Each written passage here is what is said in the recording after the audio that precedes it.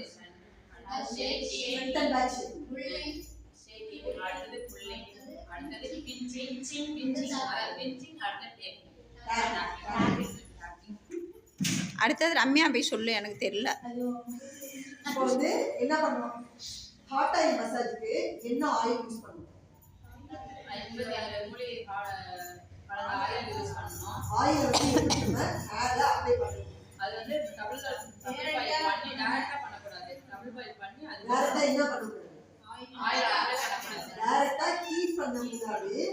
Double boil மெத்தட்ல heat பண்ணி ரூட்ல அப்ளை பண்ணனும். என்ன பண்ணனும் ரூட்ல தான் மெயினா அப்ளை பண்ணனும். அதுக்கு அப்புறம் ரூட்ல அப்ளை பண்றது என்னென்ன massage procedure first round rotation அடுத்து ஷேக்கிங் அடுத்து புல்லிங் அடுத்து பிஞ்சிங் அடுத்து டேப்பிங்.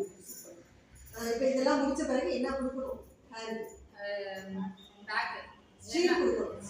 ஸ்டீம் கொடுத்துட்டு ஒரு 1/2 hour கழிச்சு என்ன பண்ணுவோம் எனி ஒன் ஏதோ ஒரு பேக் கொடுக்கணும். சரியா கொடுக்கறதுனால ஓகே தான். இல்ல சீயக்கா வாஷ் பண்ணி எடுத்துக்கிட்டே வாஷ் பண்ணிக்கலாம் ஓகே தான். ஆயில் மசாஜுக்கு பேக் கண்டிப்பா போடணும். பண்ணணும் ஷாம்பு போட்டு வாஷ் பண்ணணும்.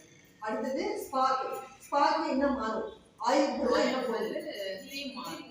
ஸ்பாங்கிறது அட்வான்ஸ்ங்கிறத க்ரீம் மெத்தட்ல போகுது. க்ரீம்ல நம்ம என்னென்ன பண்ணலாம் க்ரீம்ல ஸ்மூத்திங் அது ஹேருக்கு வந்து ஸ்மூத்தா இருக்கணும்.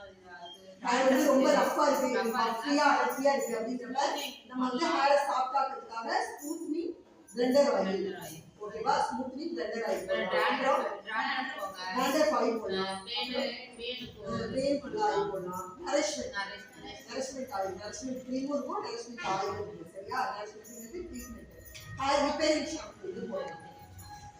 பிளெண்டர் ஆயில் ஓகேவா இது எல்லாமே போட்டு இது ஃபுல்லாவே முடிச்சா அடுத்து வேற யாராவது இது எல்லாமே போட்டுட்டு ஸ்பால என்ன பண்ணணும் முடிச்ச பிறகு மசாஜ் சேம் ஹாட் ஆயில் என்ன மசாஜ் இருக்கோ அதை கொடுத்துட்டு 1/2 hour விட்ட பிறகு என்ன பண்ணணும் இது ஸ்டீம் கொடுக்கணும். கண்டிப்பா ஸ்டீம் வந்து கண்டிப்பா கொடுக்கணும். எதுக்காக ஸ்டீம் கொடுக்குறோம் ஹேர்ல உள்ள கியூட்டிகல் வந்து ஓபன் ஆகணும்னா ஸ்டீம் கொடுக்குறோம். ஹேர்ல வந்து ரூட் இருக்கு இல்லையா ரூட் ஓபன் ஆனதா நம்ம கொடுக்குற க்ரீம் வந்து உள்ள அப்சர்வே ஆகும். அப்ப அப்சர்வ் ஆனதால நமக்கு வந்து ப்ராடக்ட் வந்து ஒர்க் ஆகும்.